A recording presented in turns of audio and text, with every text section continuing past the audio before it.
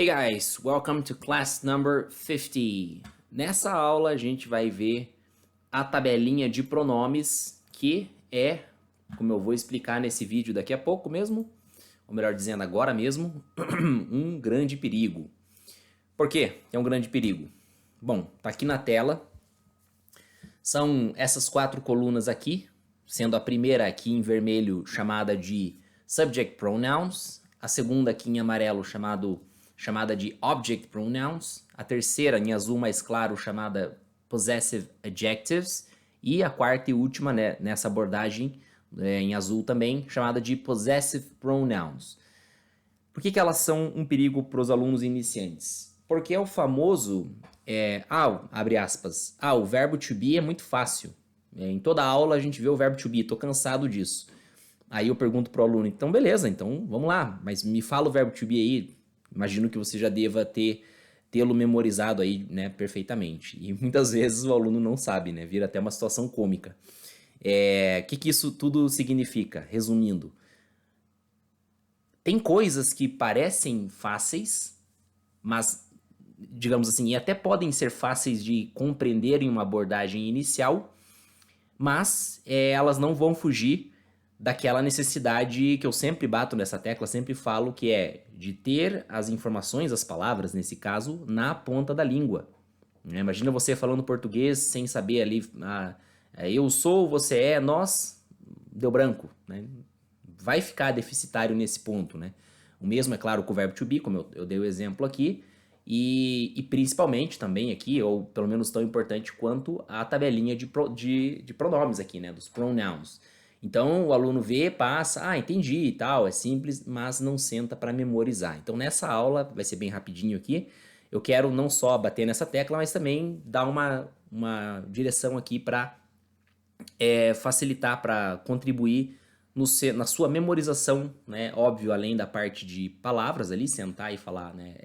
Isso, né? Aquilo, mas também o conceito por trás, para depois, na hora de, né, estruturar as frases, né, não esquecer, né? Enfim, ou não se atrapalhar, não ficar na dúvida, por menor que seja, na hora da fala, vai atrapalhar, e utilizar o pronome adequado para a situação adequada, ou melhor dizendo, no lugar adequado dentro da frase.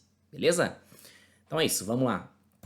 O primeiro aqui, que está representado pela cor vermelha, são os subject pronouns, causadores da ação. Então, todos aqueles que vão causar a ação, seja ela qual for, né, seja o verbo qual for, de todos os tipos de verbos, né, caso você não lembre quais são os tipos de verbos que existem, pode voltar aqui na playlist, tem várias aulas falando ali dos verbos, do verbo to be, óbvio, né?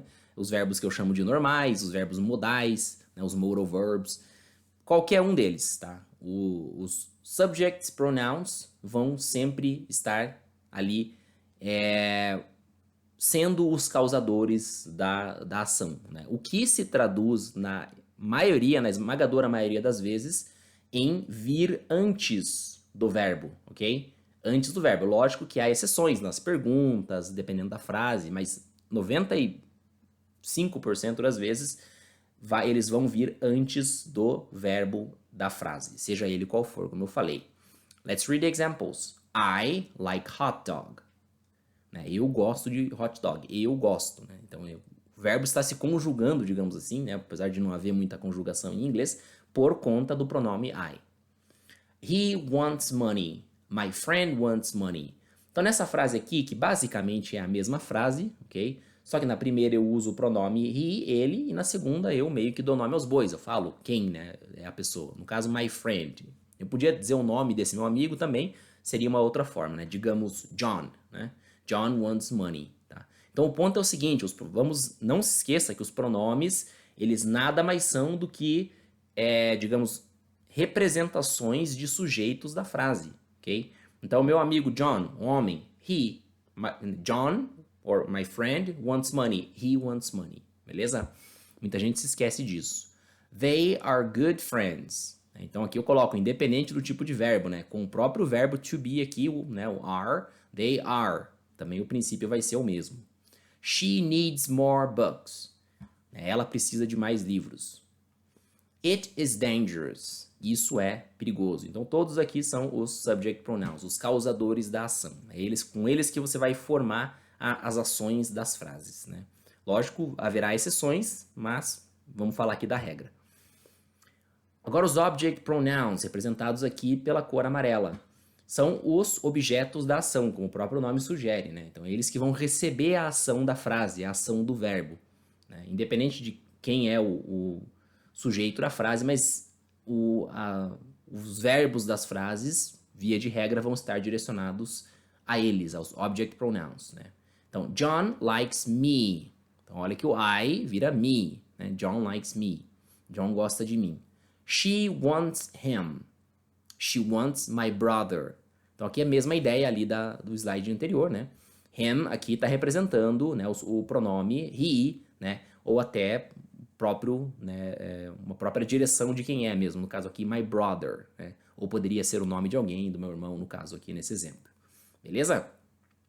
A gente usa bastante os object pronouns depois de it's, para dizer assim, ó, sou eu, é ele, né, somos nós. Só que diferentemente e mais facilmente, eu diria assim, né, do que o português, de forma mais fácil, ficando mais fácil até da gente pegar e falar, quando no português a gente conjuga, né, sou eu, somos nós, né. Lógico, na linguagem do dia a dia a gente fala eu, é nós, mas enfim, né, teoricamente a gente precisa conjugar.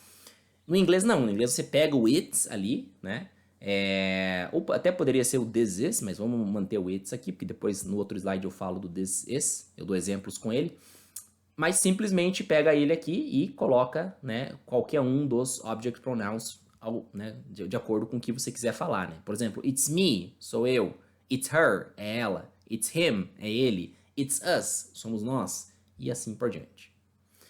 Depois das 4 preposições, isso aqui é bem importante, tá? Ó. For, to, with, without, né? Sempre que você quiser falar, né? Porque for é por, né? Por alguém, por mim, por ele, por você.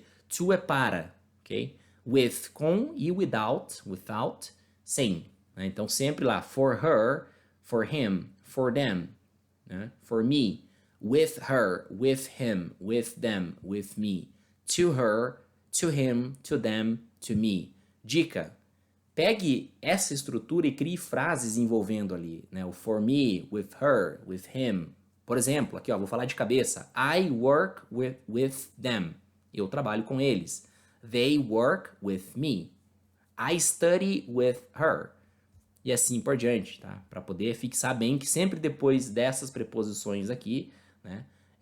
Claro, sendo necessário, né? Quando você quiser dizer por mim, né? Ou para mim, por ela, para ela. É claro que você pode usar essas preposições em outras, de outras formas, né? Por exemplo, for my brothers, for my sister, e assim por diante. Beleza? Mas quando há necessidade de falar, né, um pronome ali, eles vão receber a forma de... serão os pronomes, os object pronouns. Beleza?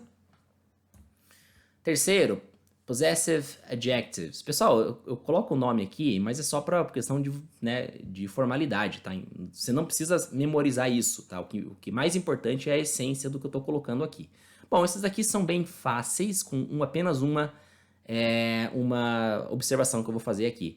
Fáceis por quê? Porque são os nossos, meu, seu, dele, dela, disso, nosso, deles. Então a gente tem essa equivalência direta e inconfundível e imutável, ok? Só que tem um detalhe aqui que também contribui para que alunos se atrapalhem, enfim, né, não aprendam, né, ou não absorvam da forma mais adequada, na minha opinião, e acabem tendo problemas lá na frente, que é o seguinte, não prestar atenção a esse detalhe aqui, ó. His, her, né, e their, vou pegar esses 3 só, né, poderia ser o its também aqui, mas para facilitar vou falar só desses 3 aqui, his, her, their, dele, dela, deles, né. Porém, na utilização do inglês, ele vem antes do objeto em questão, né, ao contrário do nosso ali que vem depois, né, o carro dela, os amigos deles, por exemplo, né. Então ali, ó, her car, né, seria algo assim, dela carro. His mother, o dele mãe. Their friends, deles amigos, ok? É claro que você traduzindo, precisar traduzir, se traduz normal, é um amigo deles, não tem, né, é óbvio, normal. Mas na tua cabeça no começo eu sugiro que você não se esqueça disso, né, para não pensar ali, o carro dele, tá? The car, daí tentar emendar de outra forma, que daí não vai fechar a frase, tá? Você precisa trazer, digamos, né, esses caras aqui antes do objeto em questão. É por isso que chama de adjetivo, tá? Lembra que adjetivo vem sempre antes, né? O adjetivo ele vem sempre antes do objeto em questão. Alright? Por último, os possessive pronouns. Bom, eles são, uma diferença deles em relação aos anteriores aqui, né, os possessive adjectives, perdão, até melhor, os object pronouns, né, perdão, os adjectives mesmo, os adjetivos aqui. Porque basicamente é a mesma ideia, é falar de meu, seu, dele, dela, ou seja, falar de indicar o pertencimento de um determinado objeto. Porém, diferentemente dos possessive adjectives, os possessive pronouns têm a capacidade, a gente pode com eles criar frases, né? Então, com esses daqui, os adjectives, a gente não pode criar frases, tá? A gente precisa deles. Esse é um detalhe. O segundo, precisa haver um contexto para criar essas frases, tá? Por exemplo, aqui, ó, your car is white, mine is blue. Então, aqui, seu carro é branco, o meu é azul. Então eu sempre falo, não sei se é uma boa abordagem, mas eu sempre falo, por exemplo, ali que my é meu. Mine, nesse exemplo, é o meu, ou a minha, enfim, depende do contexto, né? Para nós não faz muita diferença, mas no inglês faz, ok? Então, se eu quero formar uma frase com ele para dizer assim, o meu é azul, né? Logicamente, como eu falei, dentro de um contexto bem claro, né? Que não haja dúvidas do qual é o meu, qual é a minha que eu estou falando, né? A gente vai usar os possessive pronouns, ok? Nesse segundo exemplo, my mother likes her. Hers doesn't like me. Então, como é que fica aqui? Como é que você traduziria? Minha mãe gosta dela. A dela não gosta de mim.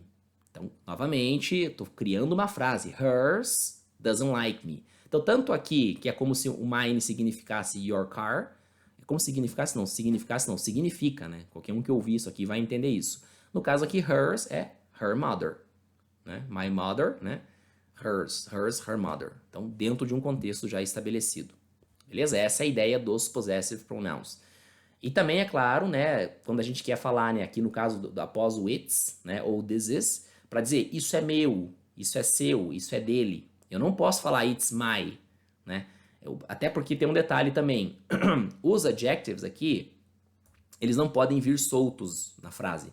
Eles precisam estar conectando-se com algo, ok?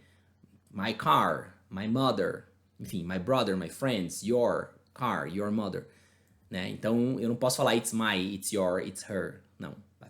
Isso até pode fazer perder o significado, o sentido original da frase. Então quando você quer dizer é meu, é seu, é dele, é dela, use essa estrutura aqui, ó. Essas duas aqui que são a mesma coisa, né? It's e this is. Eu prefiro a primeira, acho mais objetiva. Então lá, it's mine, it's yours, it's hers, it's his. This is mine, this is yours, this is hers, this is his. Né? Ou seja, está falando que algo é seu sem falar o quê, porque né, nessa hora vai estar já dentro de um contexto. Né? Né, alguém vê um celular caído e fala, né? This is mine, né? Ou this is yours. Né? Yours o quê? Mine o quê? O celular. Beleza? That's it for now. See you in the next video. If anything, let me know.